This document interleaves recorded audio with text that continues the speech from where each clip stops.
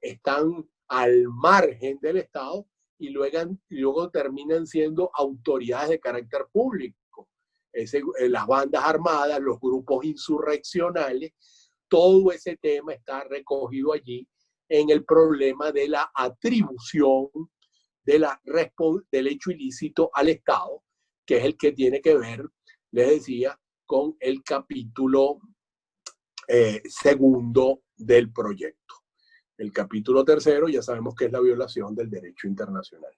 Respecto a las consecuencias jurídicas, ¿qué es lo más resaltante a señalar? Que es lo que vendría a ser la segunda parte del proyecto de artículos. Bueno, esas consecuencias jurídicas tienen un importante contenido, una complejidad de contenido, una amplitud de contenido. Ahí está previsto en primer lugar, como primera consecuencia jurídica del hecho internacionalmente ilícito del Estado, y que entonces vendría a formar esa consecuencia jurídica, estaría embebida en el concepto mismo de responsabilidad internacional del Estado. Allí encontraríamos en primer lugar la continuidad del deber de cumplir la obligación internacional infringida. Es decir, el hecho internacionalmente ilícito del Estado no hace cesar, no extingue la obligación primaria violada. Esa persiste, la obligación primaria infringida persiste como tal, y en consecuencia parte de esa responsabilidad internacional del Estado estriba en su obligación de continuar cumpliendo la obligación primaria, la obligación internacional primaria infringida, que precisamente detonó su responsabilidad internacional. Eso es lo primero que toca el articulado de la CDI, de la Comisión de Derecho Internacional. El segundo aspecto que trata el proyecto es la cesación, la obligación de hacer cesar el ilícito. Es decir, no solo continuar con el cumplimiento de la obligación infringida, sino hacer cesar el ilícito, la conducta ilícita que cese para el futuro. O sea, que se continúe cumpliendo, pero que lo ocurrido, que ya eso cese de inmediato, el ilícito. Luego vienen las famosas garantías de no repetición del ilícito. Eso es bien importante, sobre todo cuando se trata de la toma de medidas institucionales. Por ejemplo, cuando la violación, un caso paradigmático en la jurisprudencia ha sido el caso de que el ilícito internacional del Estado se derive de la adopción de una determinada legislación. Una legislación, por ejemplo, discriminatoria respecto a una categoría de sujetos y que por tanto viola el derecho humano a la igualdad. En ese caso se deben adoptar garantías de no repetición, en el sentido de no volver a adoptar una legislación con esas mismas características que ha dado lugar a la responsabilidad internacional del Estado. Y en cuarto lugar, pues bueno, la consecuencia jurídica principal de la responsabilidad internacional del Estado, que es la obligación de reparar. La obligación reparatoria, esa se descompone en tres grandes modalidades. La restitución en especie, es decir, la reparación en especie, que es la obligación de restituir.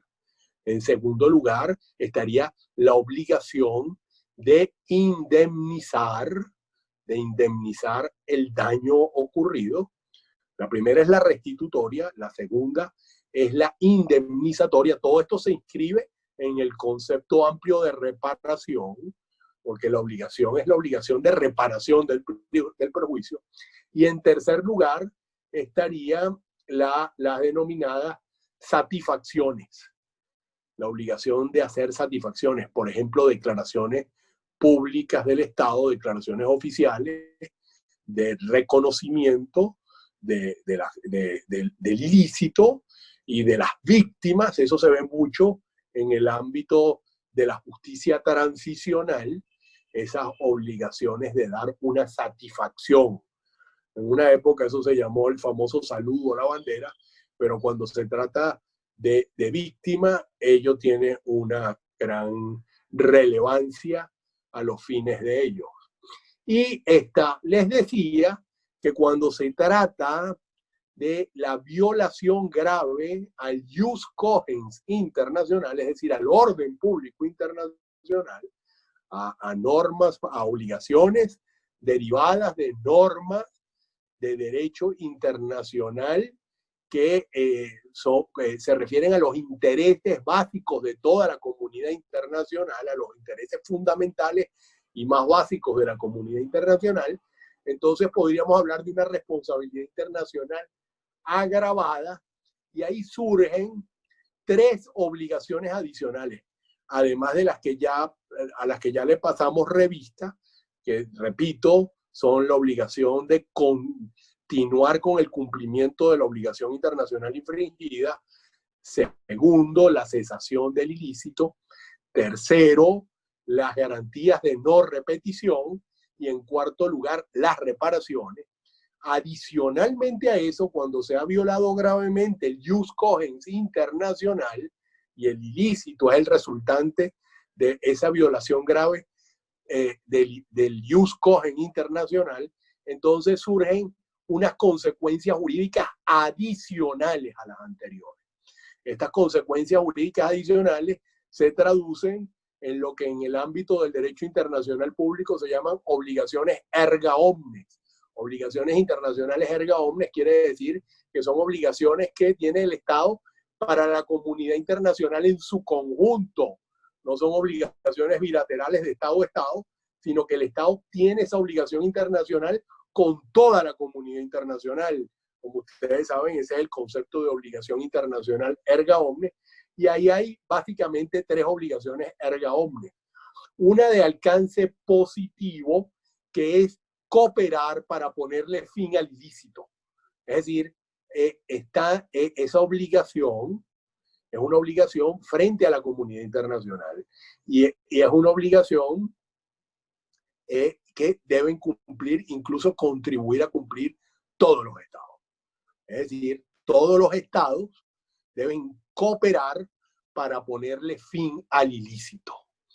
En segundo lugar, no reconocer la situación derivada del ilícito. Prohibición. Esta es una obligación de signo negativo.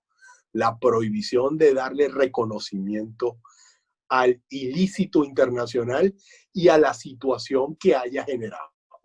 Esa es una obligación, repito, que también es de alcance erga omnes. Y finalmente, otra obligación internacional erga omnes, que es no prestar asistencia para el mantenimiento del ilícito. Esa obligación también la tiene la comunidad internacional en su conjunto. Pues bien, hablando ya de esas consecuencias jurídicas, diríamos que en ese capítulo de las consecuencias jurídicas y de la reparación, habría que atender a lo establecido en el artículo 31 del proyecto de la CDI, que establece el principio de la responsabilidad integral. Es decir, el Estado responsable está obligado a reparar íntegramente el perjuicio causado por el hecho internacionalmente ilícito que haya generado. Y eso lo dice el numeral primero de ese artículo 31, y en el numeral segundo se establece que en consonancia con el principio de la integralidad de la responsabilidad, se establece que el perjuicio se extiende a todo el daño, tanto el perjuicio a reparar, a todo daño, sea este material o moral, causado por el hecho internacionalmente ilícito del Estado. Bueno, esto era esencialmente, porque no sé cómo estoy de tiempo, porque me dijeron que era media hora y creo que me he excedido. No sé si puedo seguir conversando o ustedes quieren que pasemos a la ronda de las preguntas y así aclaramos cualquier tema. No sé si como ya estaba avisado cuál era el tema, pues el auditorio tiene el articulado y lo podríamos ir revisando y podríamos hacer un feedback que es mucho más interesante, me imagino, con aspectos concretos del proyecto de artículo. Pues ustedes disponen si quieren que o si podemos entrar ya a la ronda de preguntas. Yo creo que podemos entrar a la ronda de preguntas. De verdad que maravilloso, excelente. El contenido bastante extenso. Esto da pie para otros abordajes. Ciertamente el tema es súper interesante. Vamos a ver si hay unas preguntas de algunos participantes en el chat.